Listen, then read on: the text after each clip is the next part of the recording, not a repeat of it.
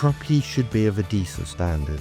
So damp, mould, safety facilities, quality should run hand in hand with energy performance certificate. And if you've got an energy efficient property that's more comfortable to live in, more modern in so many ways, then tenants will stay there longer. So landlords haven't got short-term 6, 9, 12-month tenancies, they've got continued.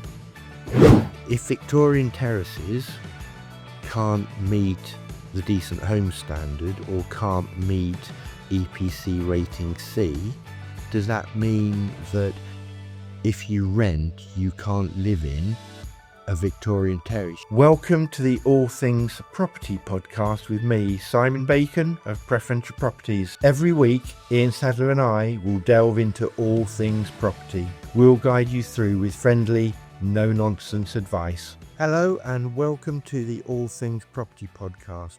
I'm Simon Bacon from Preferential Properties. And I'm Ian Sadler from Aspire Property. And today we're welcomed as well with Ted from Preferential Properties as well. And today what we're going to do is we would like to look at energy performance certificates and the new housing quality rules. So what's the government planning to change? Well, based on proposals discussed in early 2025, the government plans a major overhaul of energy performance certificates, with significant changes taking effect from the second half of 2026. What we thought we'd do is try and outline some of those to give you a flavour as to what's coming and perhaps what measures you need to take just to try and get yourself sorted, ready for them. So while final regulations are pending, the proposed framework focuses on higher standards for rental properties to align with net zero targets. So to start off, under the upcoming rules, the current A to G rating based on estimated fuel costs will be replaced and supplemented by a new system focused on fabric performance. What does that mean? Well, fabric performance is how well a home retains heat. The three key metrics. So the new EPC will likely measure fabric performance, so that's insulation, double glazing and draft proofing, heating systems, so the efficiency and type, prioritizing, my understanding, is low carbon tech like heat pumps over gas boilers, and smart readiness, the ability to use energy efficiently. Also, the current validity period may be reduced, and what that means is that current 10-year EPCs may be replaced with shorter validity periods, possibly 5 years, to ensure the data remains accurate. What are your thoughts on this then, Ian? Well, I think we should consult the fount of all knowledge, which is you, and maybe you could tell us a bit more about the implications of when people need to be compliant with the new EPC ratings, what ratings need to be achieved. Well, let me turn that back on you. What's your understanding of EPCs? What's the ratings? What do you think? At the moment, a property can have a D rating and still be lettable. As from 2030, it'll have to have a minimum of a C rating, which is obviously going to have severe implications for many landlords and many properties, the older properties particularly. Do you think EPCs have much weight? Do you think tenants look at, when you rent properties, how many of your tenants actually ask, what's the EPC rating of the property? Some do, very few. I don't think it's about tenants noticing and being aware of it. I think it's all about landlords. Do you? Is it? Yeah, I do. I think it's aimed at landlords being compliant and providing a more healthy, energy efficient home. But do you think that's worthwhile or not? I don't think. Well, on balance, yes, it is. But I don't think they have any choice today. No, they don't. But what's the purpose of it? What's the purpose of, to reduce tenants' energy costs, to make it a more comfortable property to live in, raising the standards, really. Yeah, I think that's, for me, that's the main bit, is you can wrap it up in, energy performance or, quality of heating, that sort of stuff. But the bottom line is surely that any rented property should be of a good quality standard. Absolutely. In the real world, it isn't. They aren't, are they? No, but you know, I guess what I worry about sometimes, and I'm sure landlords, so what I get to hear from landlords is there is lots of regulation around, trying to improve the standards of housing in the private rented sector, but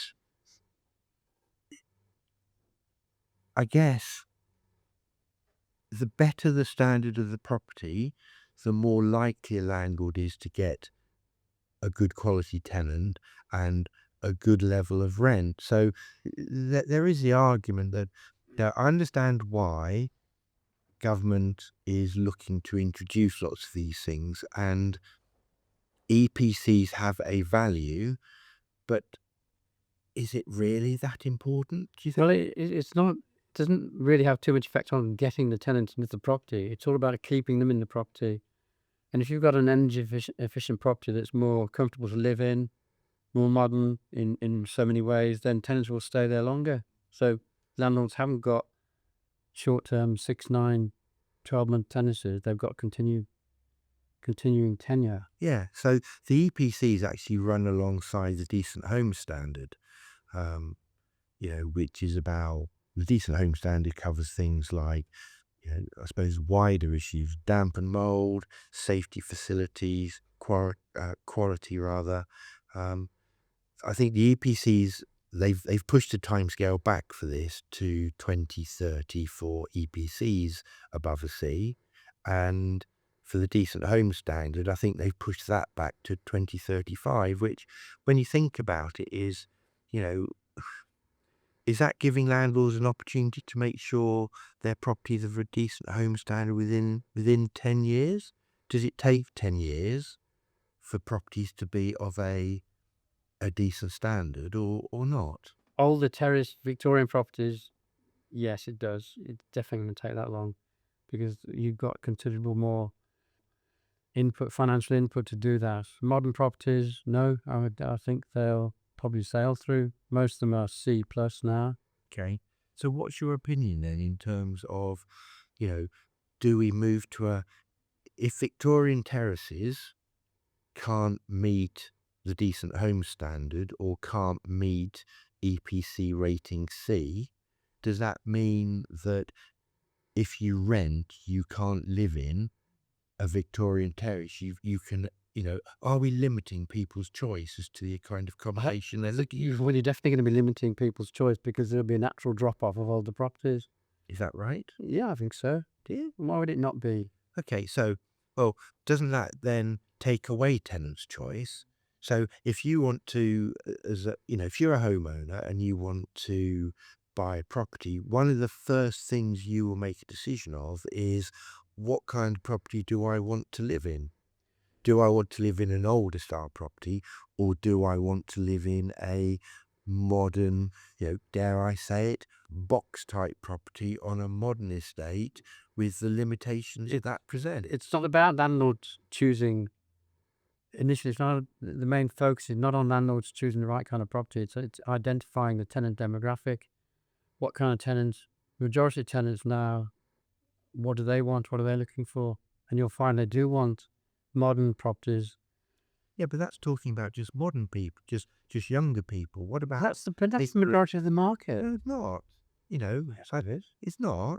It's in terms of the demographics, you have as many younger people as you have older people who rent, don't you? Or do you only rent to young people? Well, qualify young. Young professionals, 25 plus. Yeah, 25 to 35. Yeah. Is You that? don't, you don't think that's the majority of the market? No, I don't. No, I think we rent to, dare I say it, lots of, we have lots of inquiries and applicants from people who are, middle-aged, 35 to 45, 50, who are going through life changes, whether that's divorce, separation, bereavement, who actually end up wanting to move or needing to move. And is it right that we limit the type of property that they can move. We're not limiting the choice through our choice, are we? It's a natural wastage. We are, but in terms of an EPC, so if you've got an EPC that's a D level and you can't get it up to a C rating, You're going to sell it. but why? Why? So you're going to sell it as an investor because you can't get it up to a C. Well, it's all about cost, isn't it? If you've got to spend 15, I know there'll be grants made available, and there's a limit on how much money you need to put into it before you get an exemption certificate. But a lot of landlords faced with a £10,000 expenditure are not going to want to do it. No, I get that. But is it right that, we set a specific standard that says if your property is not a C standard and you can't get it up to a C standard, yes, you may be able to get exemptions if you spend X amount of money, but is it right that we then start to take those kind of properties away from the rental market? Limiting tenants' choice is not a good thing, but this is inevitable. It's going to happen. Property supply is going to diminish, and the wastage will be at the bottom end of the energy performance certificate level. So if you turn that round and say, we're moving towards, at the moment, it seems like being able to buy a property for younger people is quite challenging for deposits and mortgages, etc. Yeah. And the cost of purchase. So therefore, more people are renting. We're seeing a large number of people who want to rent, and that number's only increased over the following years. So why are we stopping older properties being available to people? Because if you think about it, an older property may well have a bigger garden. A more modern property may have a smaller garden. You're talking to the small, in my opinion, and our companies are different, I guess. The majority of people that without pigeonholing a tenant, the majority of tenants want specifics, in my opinion. The younger 25, 35, people up to 40, professional couples, young families, they don't want a big garden. Very small percentage want a big garden. It's a pain in the backside for a tenant. They struggle coping with a postage stamp of a lawn. They want gas central heating, double glazing, 2 parking spaces, 2 bathrooms as possible, small manageable garden, artificial grass if possible. That's, in my opinion, that's what your average tenant wants now. Do you really think that? I do, yeah. Okay. When I look to buy property or advise investors on the type of property to buy, that's pretty much what I'm advising to get. But surely, you're looking at it, aren't you, from an investor perspective, from a landlord's perspective? Isn't that what it's all about? What is it? Is private rented market? Should it not just be? Should it be? Yes, we look at it from a landlord's perspective, but turn that round from a tenant's perspective as well. Is what about choice? Would you ever advise a landlord to buy a Victorian terrace property? No, I wouldn't. Right, But what I suppose where I'm coming from though, Ian, is in terms of looking at it from two different perspectives. From a landlord perspective, yes, a smaller modern property with all the right things, gas central heating, double glazing, a small garden, 2 parking spaces, everything that's very easy to maintain is what we would encourage a landlord to purchase. But, the housing in this country, is made up of masses of different styles of housing. So is it right that all the older properties, all the bigger properties, the drafty windows and is it right that they should only be for, or that we're taking them out? No, that's obviously the answer. Of course, it's not fair. It's not right, but it's the way of the world. Speak to the government. They're changing all legislation. Yeah, that's what we're getting at. Is it to a certain extent? Is it right that the legislation is changing to enforce that, rather than looking at, I suppose it's just a better understanding of the types of accommodation out there and what could be done to make all types of accommodation suitable for. You've got to have a one size for EPCs. You have to have a one size fits all system. You can't grade properties based on their age and their lack of double glazing or modern facilities. No, I get that. And I think what would be interesting, they haven't, from my understanding at the moment, from my knowledge, I guess, is they're bringing out in late this year or later on this year, they're going to introduce a new metric system. So I don't know what that's going to be. I don't think To the government, I haven't seen the evidence of what that metric system is going to be. So, it may well be that the properties that are currently as C may be, if they introduce a different metric system, they may look at some slightly different things to try and incorporate and allow different types of properties to meet the EPC regulations. I can't see that working. You're diluting the effect of improving the energy performance in the property. Yeah. No, I get that. But I think that's why it's such a contentious issue. When you look at EPCs about, and the decent home standard, I think the two should be running parallel. Property should be of a decent standard. So damp, mold, safety facilities, quality should run hand in hand with energy performance certificates to try and open up. And if you did that, you could open up a much wider range of housing that will meet the standards that are required. So, going back to our Victorian terraces, do all Victorian terraces have damp and mold? No, No. Do all Victorian terraces have double glazed windows? no. So if you are making all properties have those sorts of standards, is that right? I'm not giving you an answer to that. I'm just posing the question. Sash windows by their very nature are allowed. That's a niche market. Anybody, Yeah. I don't know many tenants that ask the question, does this property have sash windows? No, it doesn't. But there are people out there who, like older style A properties. small and minority. therefore- Yeah, it is minority, but is it right that you should preclude those kind of properties from being able to be? Well, let me ask you, you've been asking me this question for the past 10 minutes now. Let me ask you the same question. Do you think it's right Do I think? to reduce the tenant's choice? No, I don't think it's right to reduce tenant's choice. So what choice do we have? We don't, because it's the regulations that I think need to change. I think the overriding principle is that there has to be a mechanism whereby you can determine whether a house is of a good enough standard to offer as a tenant. It's too subjective. I can't see them producing a system that works to do that. No, but it means effort, doesn't it? Well, You've got it's easy. Money is the difficult part, Yeah. isn't it? Yeah, it is.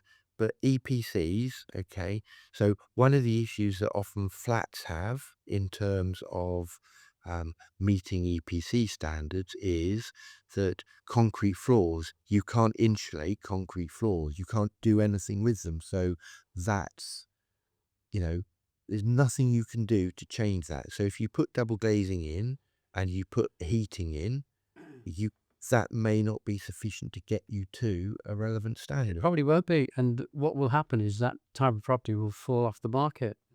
You'll get for the next 10, 15 years, you're going to get a change in supply of property to the rentals market. The aim, basically, this legislation is all aimed at people who cannot be bothered to provide an energy efficient home. It's about, in effect, it's about getting rid of those landlords and getting rid of those properties. It's a small minority, but unfortunately, it affects if you've got an older property, the majority of properties that suffer from damp and mold are old properties. And it's the irresponsible landlords that really don't want to spend any money that will lose, and good riddance to them. Yeah, no. And I prove the stock, I think we'll reduce it, but initially it's going to reduce it. And if you're a landlord in central or a suburb of London, you've got a portfolio of 20 Victorian terrace properties, and all of them need a minimum £10,000 spending on them, what's the likelihood? What's going to happen? Well, you might get, if you spend the money up to the cap, and they're talking about there being a specific cap that you spend, and if you spend that and you still can't get it to the right rating, you can apply for an exemption. Yeah. So that may well cover some of that off. But it should we be encouraging, or should the government through its legislation be forcing good landlords? I'm not talking about poor land, I'm talking about good landlords who take their properties, their property responsibilities seriously. Should we be preventing those properties from being available to people to rent? Surely there has to be a balance between the decent home, avoiding condensation, but avoiding damp and mold, making sure the electrics are right, making sure there is sufficient heating. Isn't that as important as saying, well, my property is an EPC rating of X, and that's at that point you cut that off? In an ideal world, introducing a sliding scale property standards would be perfect, wouldn't it? Yeah, It's not going to happen. It can't happen. No, I know. Please, so stop being so idealistic and wake up and smell the coffee. But I think you've got to, it's not just about being idealistic. It's about trying to have a rounded view on legislation and the implications of that, to make sure that, I don't know, that we don't just end up with, modern specific properties being available for renters and everything else isn't. That's my concern. So anyway, I've said it. In terms of, I suppose, just clarifying the kind of timelines. So latter part of this year, there are going to be the introduction of the new metric system. So that will be important to see. 2028 new tenancies. My understanding is all new tenancies must meet the higher energy efficiency standard.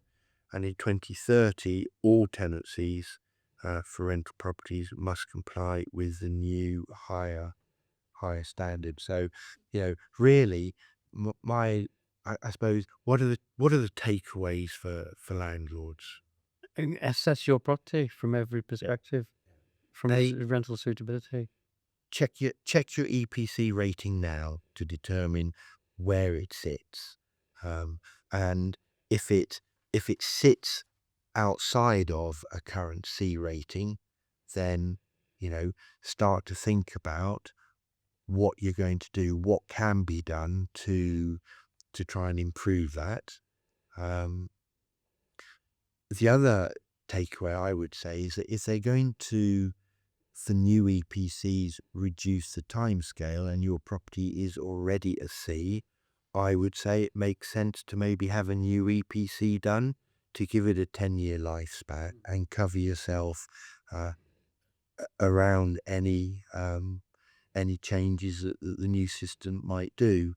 And if you are doing any work on your properties around energy efficiency, such as new boilers, new heating, double glazing, take photos, keep documentation of any energy efficient improvements. Hopefully, so I was looking at you then, hopefully that will give landlords an idea as to what's coming, and I guess to start to give some thought to it. Obviously, if you're a managed landlord and want to know the EPC rating of your property or need some further advice, then please do give us a call to discuss that. And if you would like to talk to us about your property needs, or want a valuation, or want to talk about renting your property out, please give us a call. Thank you for listening. Thanks for tuning in to this week's episode of the All Things Property Podcast. If you found this episode useful, don't forget to subscribe, like, and share. These things really help us reach the people who need to hear this advice. See you next week.